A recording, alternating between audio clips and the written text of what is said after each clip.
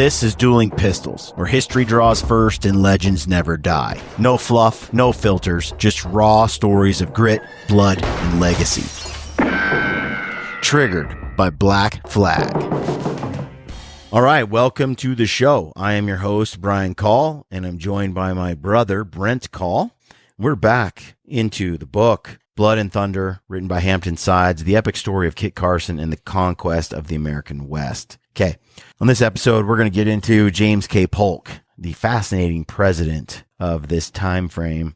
Very interesting character. We're going to get right into this story. The mission on which Kearny led the Army of the West. Remember, Stephen Watts Kearny is head of the Army of the West. And Polk basically is like, look, I want you to take over as much land as possible and make it part of the U.S. It's big land grab. Big land grab. Big army. And it says the mission to which Kearny led the Army of the West had no precedent in American history. For the first time, the U.S. Army was setting out to invade and permanently occupy vast portions of sovereign nations. It was a bold, bald land grab for gargantuan proportions. President James K. Polk expected Kearny to march nearly 1,000 miles and promptly conquer a territory nearly half as large as the existing United States. Wow. Okay. Yeah, like the whole thing. It's a big land grab. Yeah. And it says, and by the way, Kit Carson is probably why it worked. Really? Along with these other characters, definitely Stephen Watts Kearny. But Carson's going to play a role. So is another weird dude that I don't like. It gives me the heebie-jeebies in some ways, but we'll get to him. He's not here yet. So back to the book about the president. James K. Polk expected Kearny to march nearly 1,000 miles and just take over the whole United States. After reaching Santa Fe and taking New Mexico, he was then to keep moving west, taking all of what is now Arizona and parts of present-day Colorado, Utah, and Nevada, and finally, the greatest prize of all, California, until the American flag smiled over the blue Pacific. All of the lands in this vast, tattered kingdom were to fall in a single dash. Wow. All of it. Yeah, all of it. We're going to take it all. Mm-hmm. Cool. The war with Mexico was a complex affair with many tentacles of grievance, real and imagined, reaching back many years. Most immediately, the war had to do with Texas. Late the previous year, 1845, the United States had officially annexed the Lone Star Republic, which a decade earlier had won its independence from Mexico after the bloody battles at the Alamo, Goliad, and San Jacinto. But Mexico had never recognized Texas's claim of independence and certainly was not prepared to see it pass into United States possession. President Polk had sent an emissary named John Slidell to Mexico City to negotiate the purchase of Texas, with borders set to the Rio Grande for some $10 million. While he was at it, Polk instructed Slidell to offer to purchase California and New Mexico for another $20 million. But this bold overture came to nothing. Realizing that neither diplomacy nor outright bartering would achieve his expansionist end, Polk was determined to provoke a war. He dispatched General Zachary Taylor to disputed territory between the between Nueces and the Rio Grande in southern Texas. I butchered that. It was an unusable attempt. It was an unsubtle attempt to create the first sparks. In April 1846, Taylor's soldiers were fired upon, and Polk was thus given the pretext he needed to declare war. 1846. That's wild. I mean, we didn't have Texas then. We didn't have the whole other half of the U.S. yet in 1846. I mean, the U.S. became the U.S. pretty quick in this next, It snowballed fast. Fast. It says, so basically he kind of rolls in there. They get fired upon, and he had the pretext to declare war. American blood had been spilled on American soil, Polk splurted with righteous indignation, neglecting to mention that Taylor had done everything within his power to invite the attack, and that anyway, it wasn't really American soil, or at least not yet. Mexico had insulted the nation, the president charged, and now must be punished for its treachery, beaten back, relieved of vast tracts of real estate it was not fit to govern. The simple truth was Polk wanted more territory. No president in American history had ever been so frank in his arms for seizing real estate. It was a curious time in the history of the settlement of North America, a time when the European powers, though fast losing their purchase on the New World, still held dreams of securing the last great unmapped chunks of a wild continent. Britain had designs on the Oregon Territory, and the Russian trappers and sea otter barons from their bases in Alaska still maintained a feeble influence along the Northern California coast. Even waning, France and Spain nursed various intrigues. So it's officially not anybody's in a way. Like people have said it's theirs, but in Mexico too. But it's kind of who can take it. It's a group of people walking over there and saying, "This is ours. Yeah. Don't touch it." And however they can reinforce that, that's it. And Polk was like, "Hey, it might as well belong to America as much as it belongs to anybody else. What right do the Spanish have to have it, or the Mexicans, or the English, or the French, or the Russians?" Well, Brian, according to modern culture, who was there first? That's who owns it. That's that. Then who was there first? Then who was there before them, and before them, and before them? It just gets to be.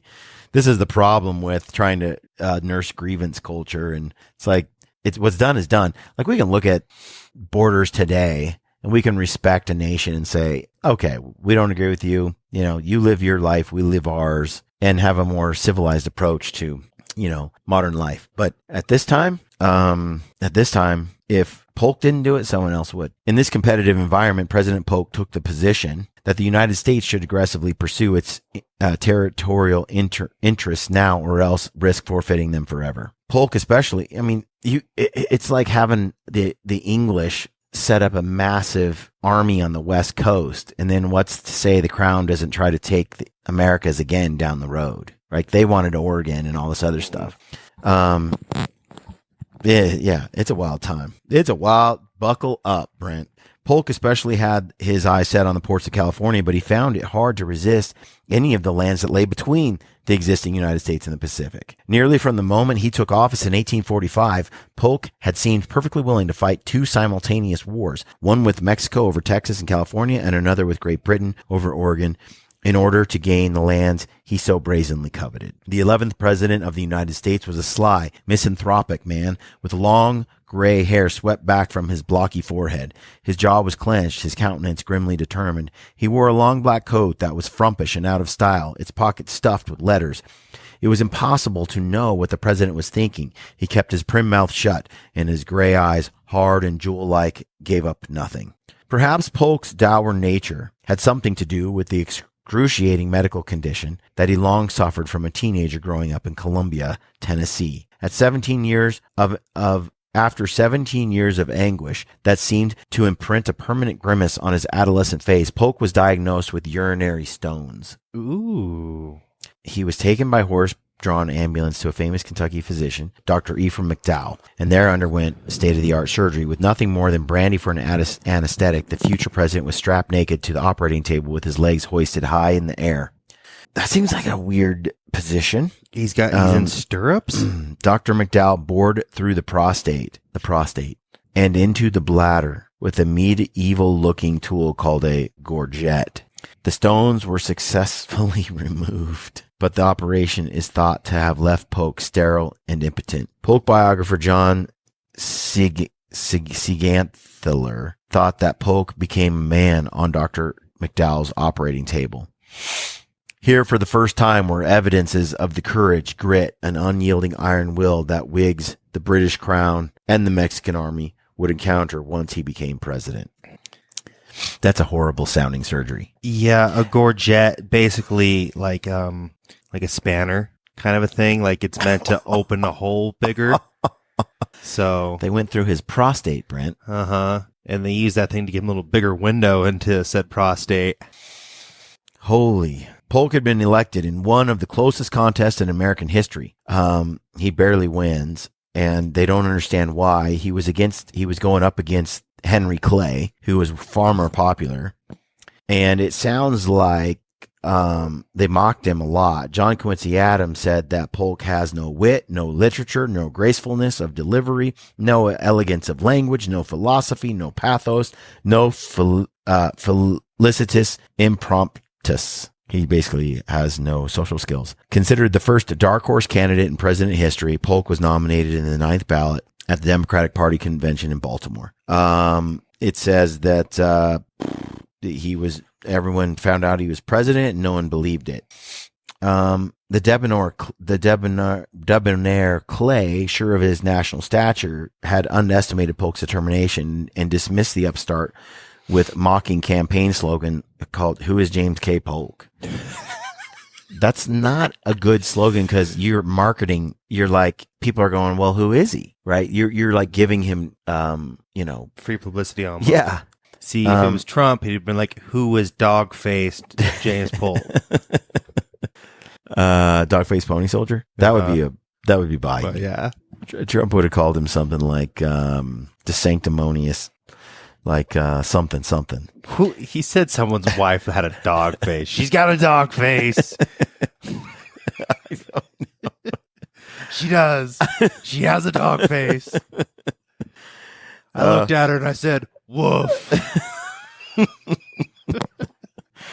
You know what? It's so freaking relatable though. It's like we've all done that. I swear, during like one of the first debates, he just like went after someone's wife and said she was ugly. Oh, it's terrible. It says that he was elected by a margin of 40,000 votes and became at age 49 what was the youngest president in the country's history. I'm going to guess 35. The same age as me, basically. Oh. No, 49. 49. Yeah, he was 49. I thought you were asking me who was. No. He at age 49, he became the president. There was about Polk's presidency an acute sense of deadline. As a candidate, he vowed that he would seek only one term of office and he would keep his campaign promise. He had 4 years to accomplish everything that was it. He would exit the stage. And so everything in Polk's administration was compressed, intensified, accelerated. Extraordinarily, Polk succeeded in achieving nearly all of his goals. Despite his insufferable personality, he was possibly the most effective president in American history, and likely the least corrupt. He outmaneuvered his critics. He established an independent treasury. He confronted the British and conquered Mexico. He seized the western third of the North American continent. By the time he left office, the American landmass would increase by 522 million acres. Dang, Mr. Go-Getter over here. 4 years was all he needed. Polk would limp home to Tennessee, exhausted and ill, suffering from what he called a derangement of the bowels. In 3 months, he would be dead. A derangement of the... So, is this like... He's like lived to do the presidency, and then when he was done and accomplished his goals, he's like... Peace out. I'm out. I've been in pain my whole life, basically.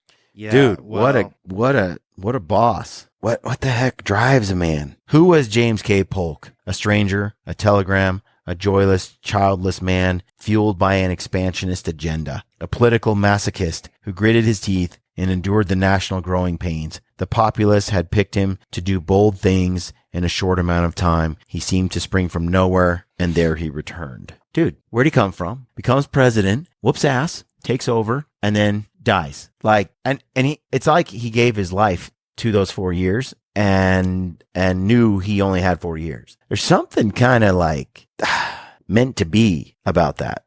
In a way, like something feels destiny driven or providential. Mm-hmm. It just seems like the man was possessed to serve a purpose, and then when that purpose was done, he was done. And in Boone, a biography. Yeah. Who is it by again? James Moore? No. Boone, a biography. Morgan. Yeah. Daniel Morgan? No. Robert. Yes. Robert Morgan, I believe. Anyways, so in Boone, mm-hmm.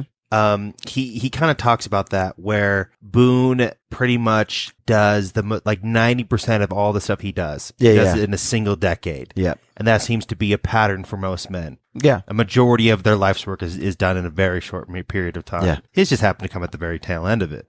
He wasn't that old. Well, I know, but when you have people shoving stuff up your backside trying to... That thing looked nasty. That little...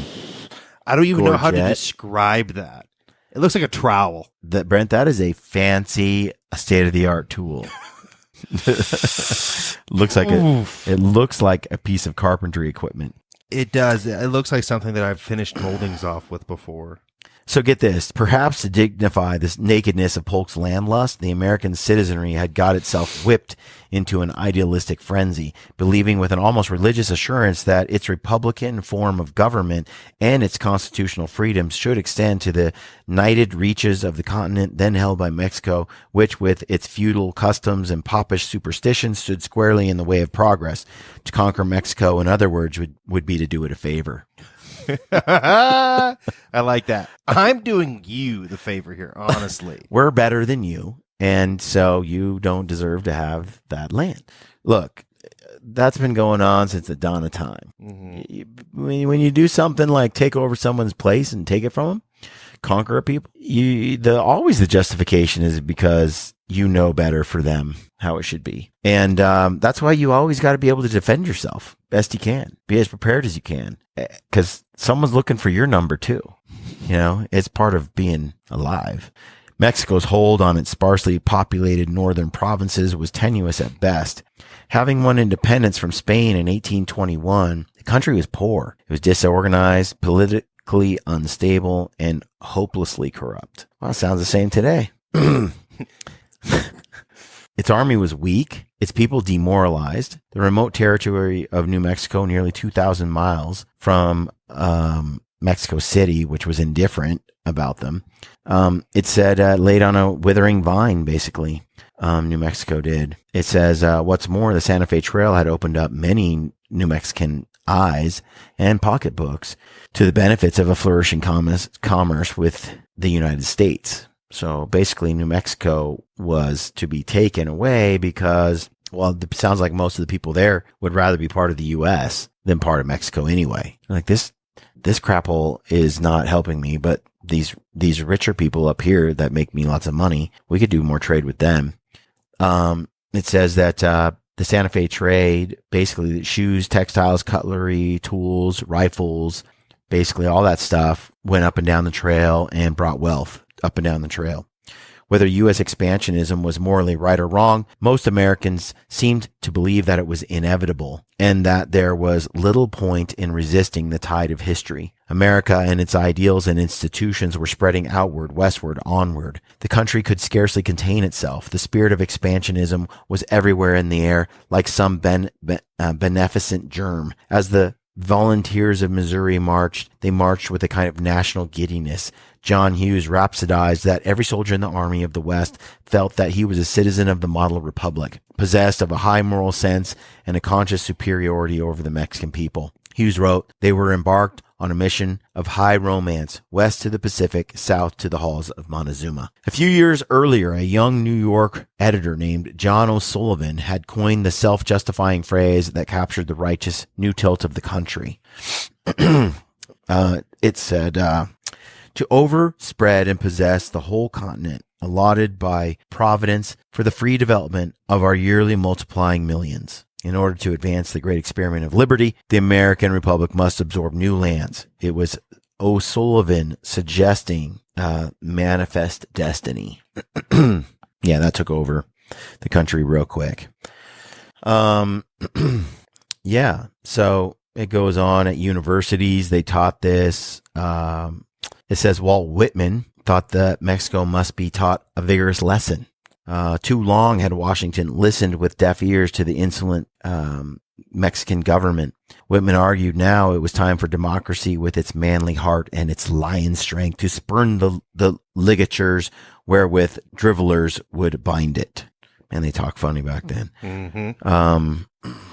Like Polk, Whitman was saying, how long a time will elapse before they shine as two new stars in our mighty firmament? Talking about New Mexico and California. So a lot of people were against it. Critics warned that the war was an erroneous mistake. His political rivals attacked him on his land grab ambitions. Son of John Quincy Adams, Charles Francis Adams, bemoaned not only the iniquity of aggression, but the iniquity of its purpose, the spread of slavery. Perhaps the most eloquent among the war's opponents was the great transcendentalist essayist Ralph Waldo Emerson. Quote, "The United States will conquer Mexico," he predicted. Quote, "but it will be as the man who swallows the arsenic, which brings him down in turn. Mexico will poison us." Interesting. Why would he say that? Well, I could venture a guess, but I'm not going to.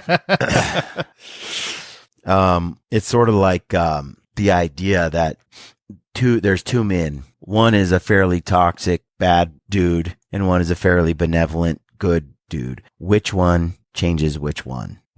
Which one turns them both into a certain thing? So does the dark change the good person dark, or does the good person turn the dark person light, right?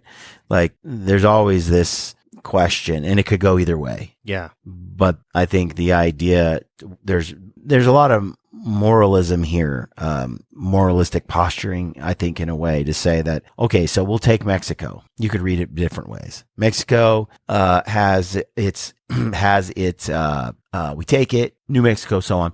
We take all this, and it comes with a philosophy, a value system, a corrupt infrastructure that then spreads and metastasizes within the existing, structure that is the current United States. Or it could mean taking Mexico comes at a spiritual cost to the people of the country. Like, yeah, you won and you took it, but now you compromised your values to do it. And so Gotcha. It wasn't worth it in the end. The means are never justified by the ends. In other words, is sort of Emerson's take. So these are, wow. Okay. It says, still other opponents of the war were critical of the land itself. What was the point, they asked, of conquering godforsaken desert? They didn't like Mexico or New Mexico much, which is, back then where it was such an agriculture and pastoral type of, survival. You could see why they wouldn't see the value in it. Today, you can see tremendous value in places like that, but we can through aqueducts and routing of water and canals and stuff, we can make land that otherwise had nothing and couldn't be leveraged. We could make it totally different.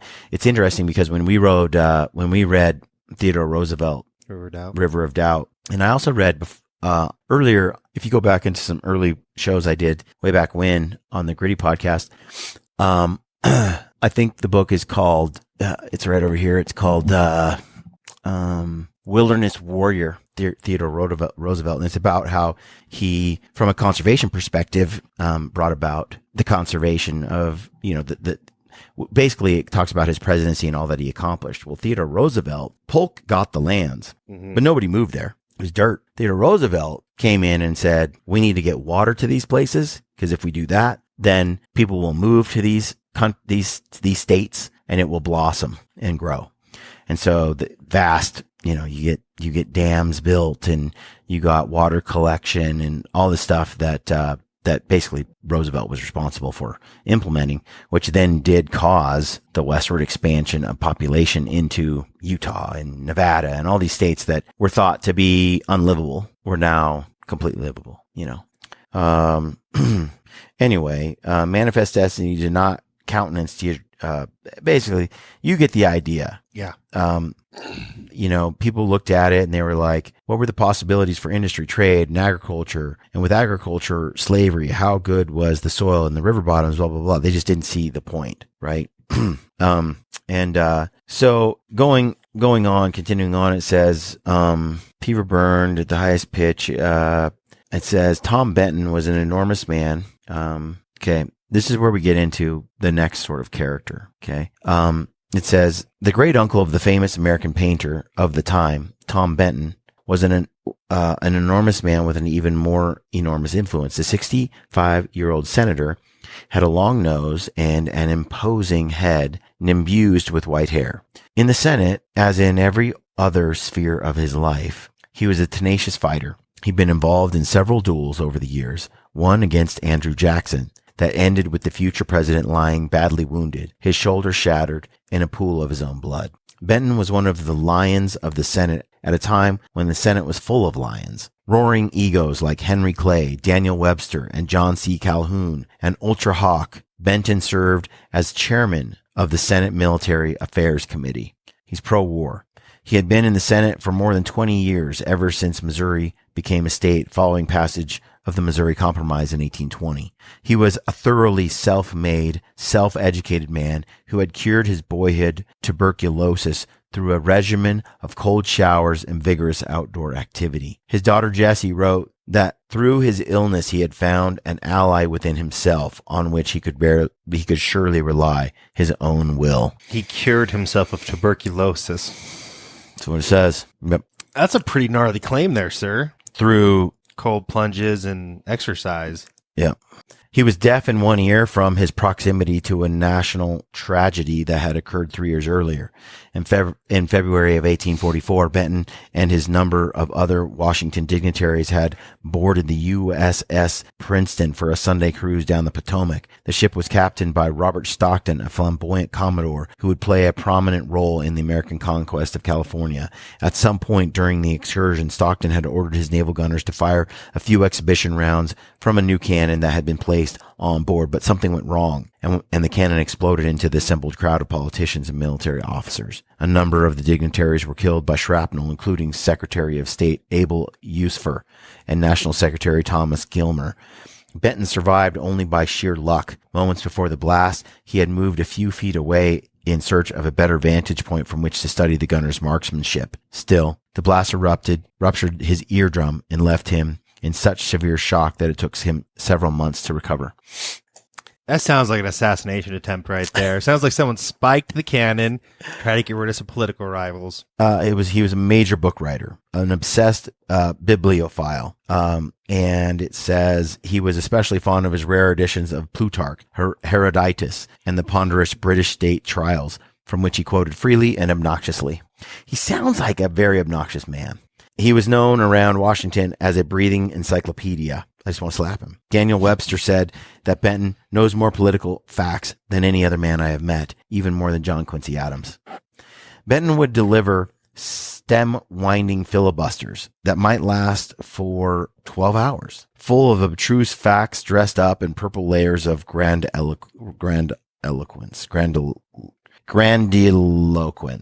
He was a braggart. He was just a talker. It says that he literally smothered his listeners with the columns of his research, which he put into every speech. From Greek and Roman literature, he would blabber on.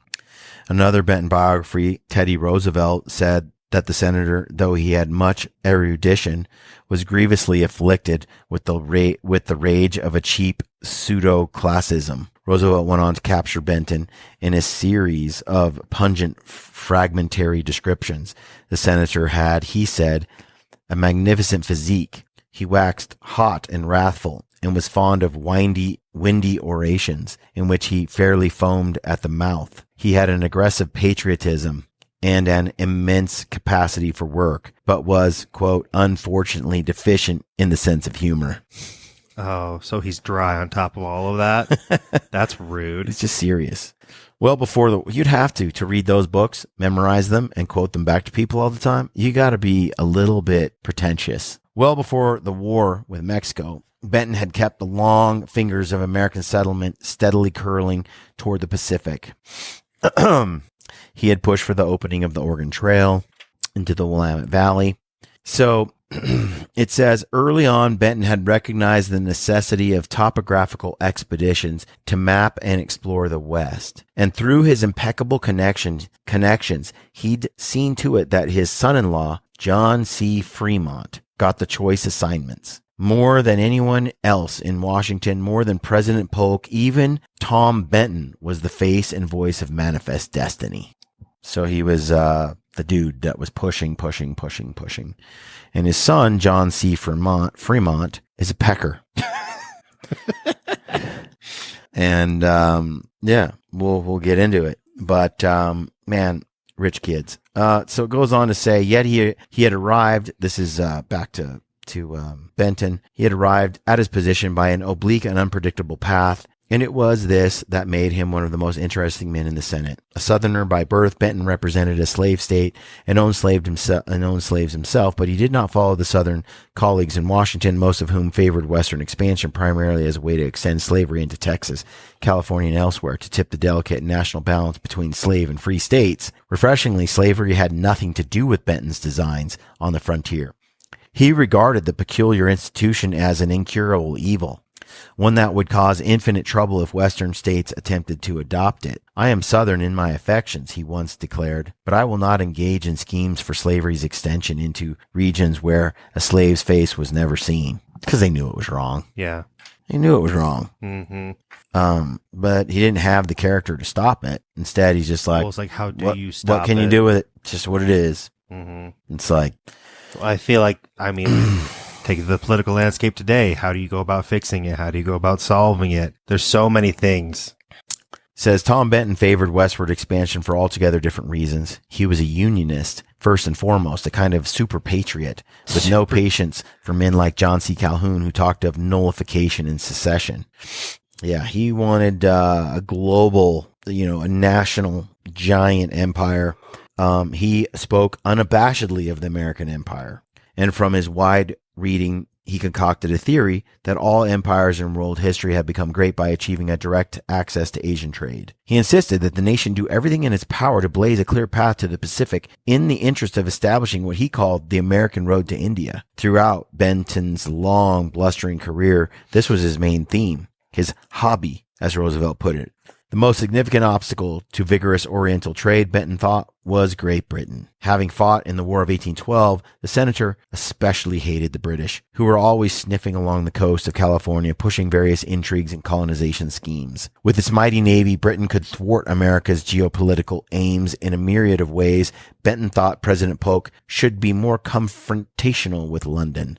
Although the Polk administration had amicably resolved the Oregon boundary dispute at the 49th parallel, the British still seemed suspiciously interested in California's magnificent ports. Americans, Benton had long thought, should boldly take what was rightly theirs before the British beat them to it. As a practical matter, of course, Mexico stood in the way, but Stephen Kearny's Army of the West was on the march to remove this annoying impediment. So they need to take out the Mexico problem so they can get to the coast? It's just on the way, yeah. And it's kind of through the Santa Fe Trail. The path to the west kind of goes that way. And I think, yeah, they just wanted all the land in between. Like, you don't want to have to drive up and around and come back down, to get to the other side of the continent. Mm-hmm. You just want to go straight across. And you want the Santa Fe Trail, the Oregon Trail, the Santa Fe Trail. These are important pathways. They're established. They're ways to get from one side of the continent to the other. Quicker.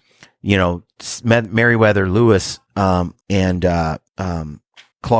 Lewis and Clark, when they were sent to the west by Thomas Jefferson, the goal was to find some sort of river that went east to west so that they could, or some rivers to get them from one side to the other, some transnational river that they could float to the other side, discover something that could get them further west. They never found it. It didn't exist. And they found the Rocky Mountains instead. We found bigger problems. And so, that at this stage, they know the landscape. They know what they're dealing with. Mm-hmm. At this stage, it's like, well, shoot, what are we going to do, boys? And you notice in the midst of all of this discussion, you know what they never mentioned that we never talked about in this whole thing? Indians. They're not even like a consideration. Yeah. We got to deal with the Mexicans, the Spanish. We got to deal with those darn English up there trying to take those ports, and those Russians trying to hoard Northern California from Alaska. This is the talk going on, right? Not once do they go, now we got to worry about those Sioux Indians and the plains, and they just were like they're like gnats on a board, like fleas in the way of their goals. They're not even an afterthought. They're not even registering to these guys. No. I wonder if that will turn around to bite them. It does. It does cause problems. Yeah. But Kit Carson comes along basically and systematically with his mountain man skills and his knowledge and so forth, sort of one by one takes tribe after tribe. Dang. Yeah. And it's it's this inevitable force that is just moving west that no one in the path can stop. And so it's a process, though. I mean, anyone who has read about Custer's Last Stand, Sitting Bull, Crazy Horse, you read about Geronimo. You're dealing with the Lakota, the Cheyenne Indians, the Cherokee. The Cherokee were further east, already sort of. The eastern tribes are done. Those are kind of sent to regions where they were given paltry tracts of land or tried to be assimilated into white America,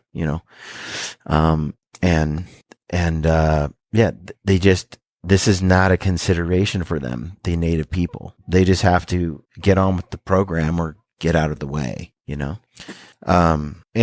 yeah, it's a brutal reality of human history.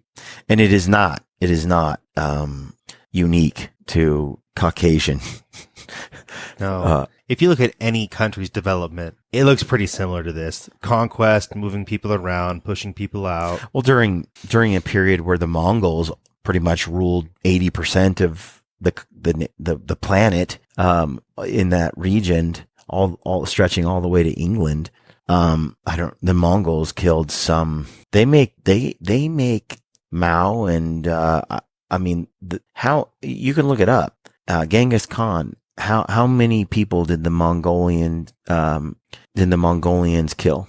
And keep in mind, they did it with arrows, bows and arrows. They didn't have machine guns or artillery or gas chambers. To be frank, estimate that they took out about 11% of the world's population.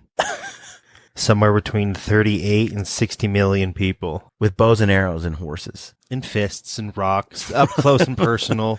That's in what span of time? 4 years or something? Wow. 8 years? I mean, it's staggering. They're not white. Just want to say that. Between the 13th and 14th century. Yeah, it's a short span. It's during Genghis Khan's rule. Mm-hmm. He came to rule. They did all those things, and then he's gone, and it all falls apart. They just weren't meant to rule like the Romans were able to do. Yeah, at one point, the Mongols ruled 1/4 of the world's population were under Mongol rule. Yeah, that's what I mean. What was the Roman Empire? Are they white or are they technically, Italian? Yeah. I mean, you can look throughout history, and you have the Chinese dynasty as well, where they take over Asian nations and so forth. And it's just like it's not a.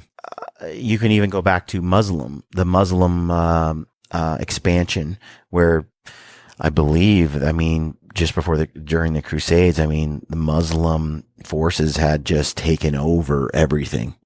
That was not a white conquest of any kind. Mm-hmm. Like, it's just weird. Like, the idea that skin color transcends just being human is bizarre to me. It's like, you can have a bad human, doesn't matter their color. There's a light and dark side inside of every human. Every human heart. Every human like heart. Solzhenitsyn said, Solzhenitsyn says, like, who wrote the Gulag Archipelago, the line of good and evil runs through the center of every human heart. Mm-hmm. Every human being can be Cain or Abel. Every human being has a choice to make, a mode of being. They can choose one path or the other.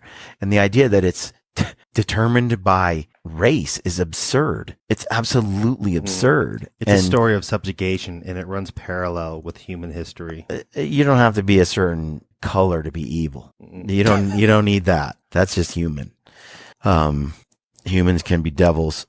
The color doesn't matter. So, certainly there's going to be, tribalism at times in history.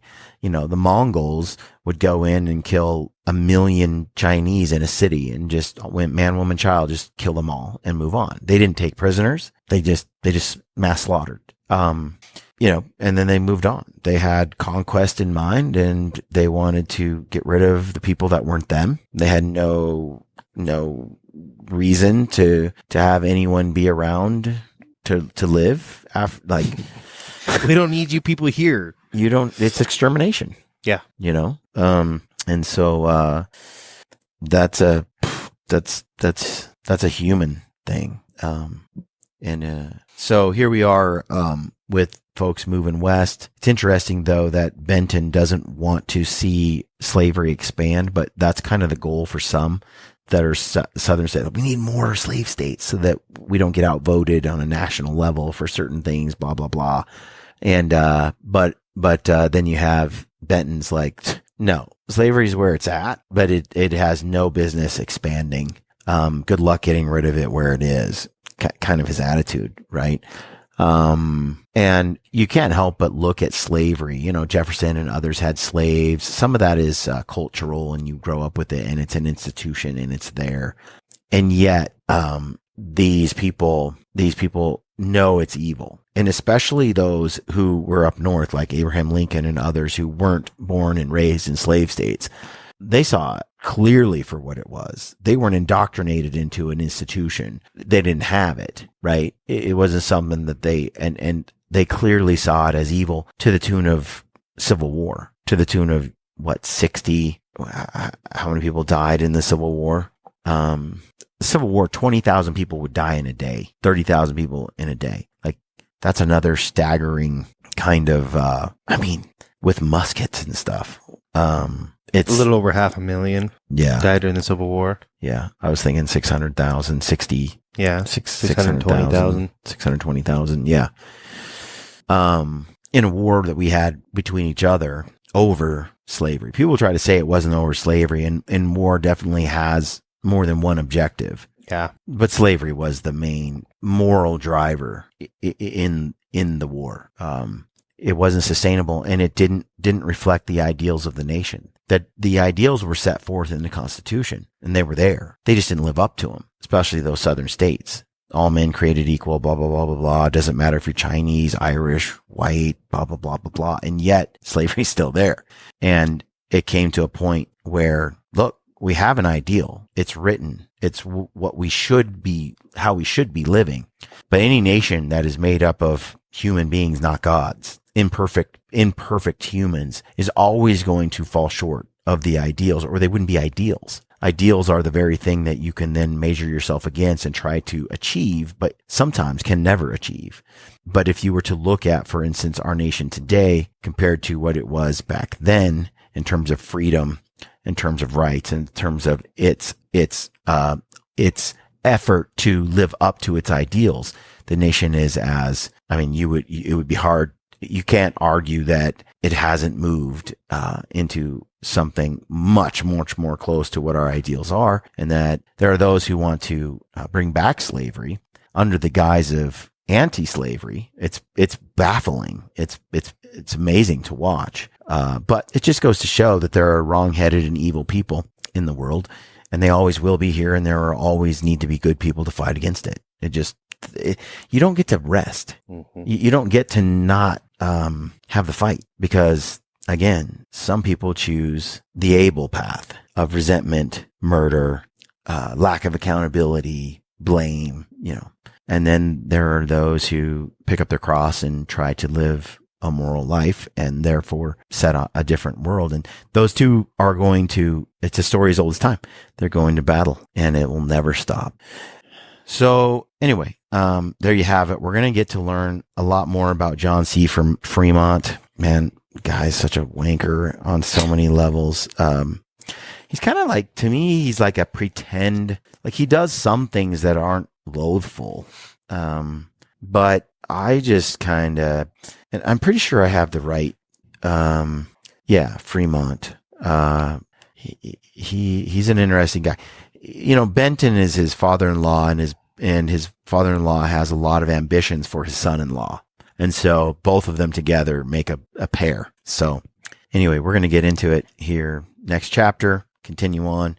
But yeah, thanks for tuning in, everybody. Appreciate you following along on the story. I hope you're finding it fascinating. We'll catch you on the next one. All right, folks, I hope you're enjoying the Dueling Pistols podcast. If you like it, do us a favor and share it with a friend. Help us get this thing to grow a little bit bigger. Tell your dad, your mom, your brother, your sister, your buddy, your uncle. Go to your grandpa. Hit select all, send. Just sell it. Just share it with a friend of yours, somebody, and help us spread the word about the show. Thanks for supporting us. We'll catch you on the next episode.